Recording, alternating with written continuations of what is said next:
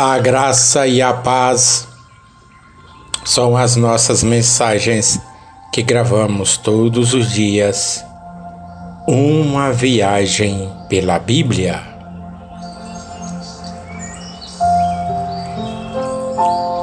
A vida espiritual.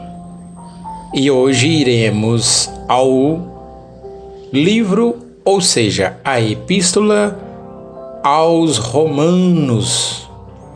A Epístola de Paulo que ele escreveu para os Romanos, capítulo 8.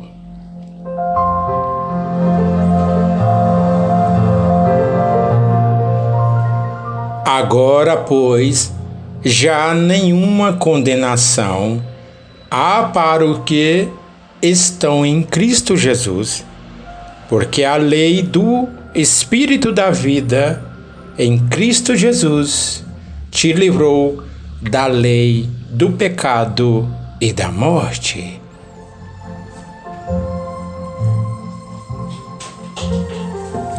O capítulo 8 da carta aos Romanos pode ser considerada um tratado de espiritualidade cristã. O apóstolo Paulo se preocupava muito com a vida mundana da cultura romana e por isso despertou a igreja em Roma para uma vida espiritual que suprisse os costumes mundanos. A expressão lei do Espírito é usada muitas vezes para ser contrastes com a lei judaica e também para deixar claro para os cristãos que existem leis espirituais e essas leis que regem nossas vidas. Precisamos despertar para viver espiritualmente na presença do Senhor e resistir às vontades da carne. Você sabe como viver espiritualmente? Então hoje iremos aprender alguns princípios espirituais escritos em Romanos, capítulo 8. Existe uma luta entre a carne e o espírito, a fim de que o preceito da lei se cumprisse em nós, que não andemos segundo a carne, mas segundo o Espírito, porque os que se inclinam para a carne cogitam das coisas da carne, mas os que se inclinam para o Espírito, das coisas do Espírito, porque o pendor da carne dá para a morte, mas o do Espírito para a vida e paz. Romanos 8, do 4 ao 6. A primeira constatação de Paulo como pastor para a igreja em Roma é que precisavam entender a luta entre a carne e o espírito. Essa luta é invisível, mas quando a pessoa se desperta espiritualmente, começa a fortalecer o espírito para que este vença os desejos da carne. Porém, quando a pessoa vive apenas carnalmente, o seu espírito fica adormecido. Precisamos vencer a carne para viver em espírito. Romanos 8, versículo 9 ao 10. Vós, porém, não estáis na carne, mas no Espírito, se de fato, o Espírito de Deus habita em vós.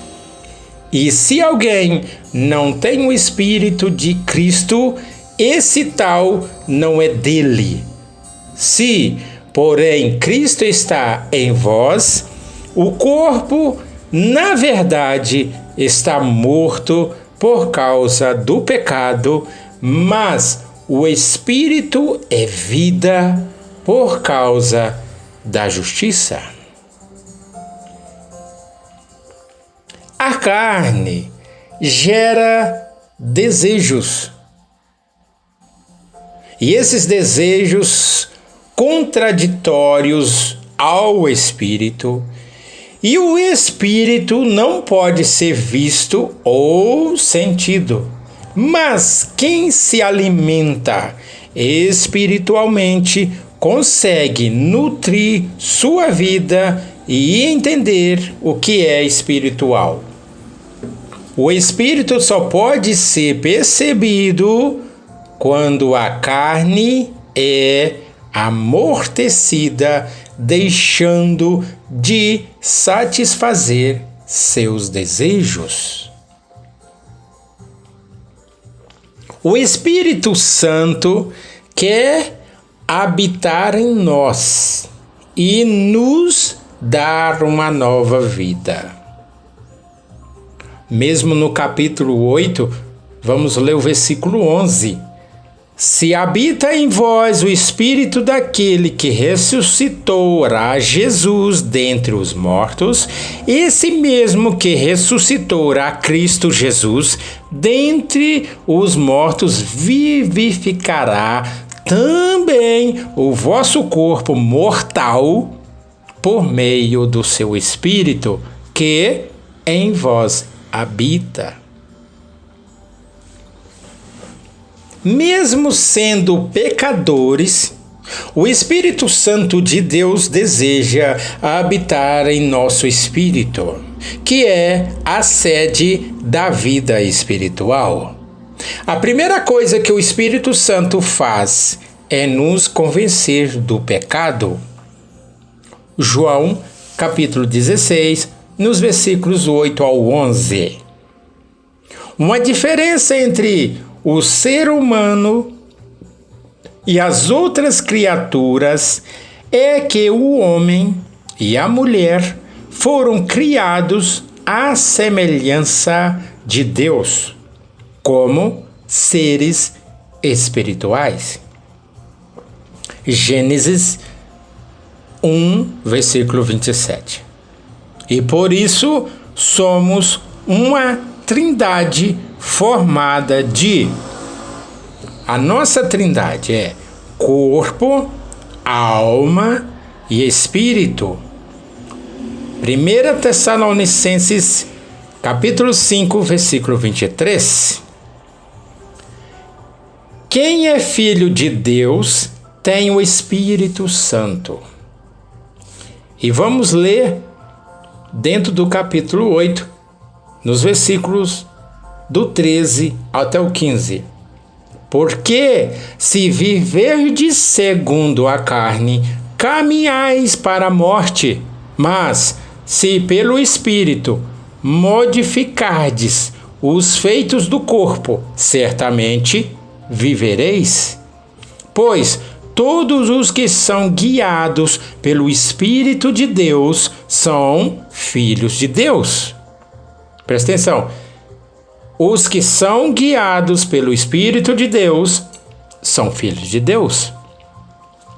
Porque não recebestes o espírito de escravidão para viverdes outra vez atemorizados, mas recebestes o espírito de adoração, baseado no qual clamamos, Abba, Pai.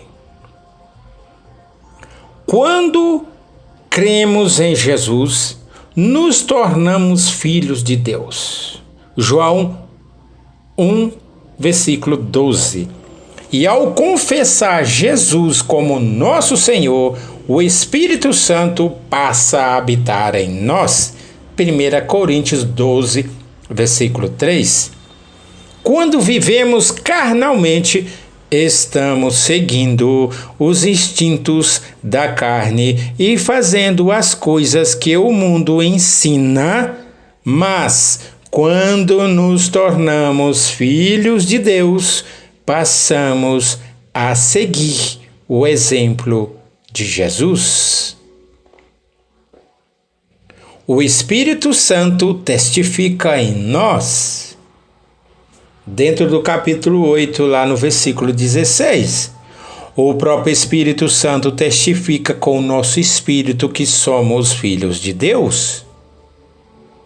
A partir do momento em que o Espírito Santo reside em nossas vidas, passa então a nos orientar e o que fazer com Jesus, como Jesus prometeu de que ensinará todas as coisas. João 14, 26. Diante das decisões de nossas vidas, passamos a perceber a orientação do Espírito Santo apontando a direção correta. Isaías capítulo 30, versículo 21. Da mesma forma, quando erramos, o Espírito Santo nos faz entristecer, produzindo arrependimento. Devemos buscar o Espírito Santo. Dentro do capítulo 8, versículo 23. E não somente ela, mas também nós que temos as primícias do Espírito. Igualmente gememos em nosso íntimo, aguardando a adoção de filhos, a redenção do nosso corpo. O desejo pela presença do Espírito Santo é indispensável para a vida espiritual. O Espírito de Deus é manso e amoroso. Não invade nossas vidas sem que seja recebido. Por isso precisamos buscar a sua presença constantemente. O tempo todo o Espírito Santo nos procura, mas somente quando nos dispomos é que somos alcançados por Ele. E quando recusamos sua presença, o Espírito Santo se entristece. Efésios capítulo 4, versículo 30. O Espírito Santo intercede por nós. Dentro do capítulo 8, versículo 26 ao 27, também o Espírito semelhantemente nos assiste em nossa fraqueza. Porque não sabemos orar como convém, mas o mesmo Espírito intercede por nós sobremaneira, com gemido inexprimíveis. E aquele que sonda os corações sabe qual é a mente do Espírito, porque segundo a vontade de Deus é que ele intercede pelos santos. A obra do Espírito Santo é contínua em nossas vidas.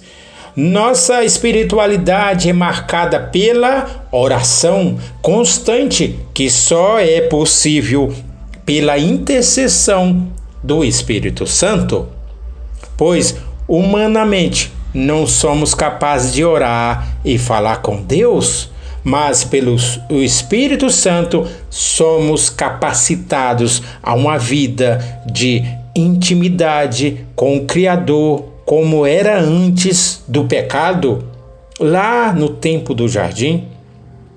Gênesis capítulo 3, versículo 8. Viva de forma espiritual. E chegamos na conclusão.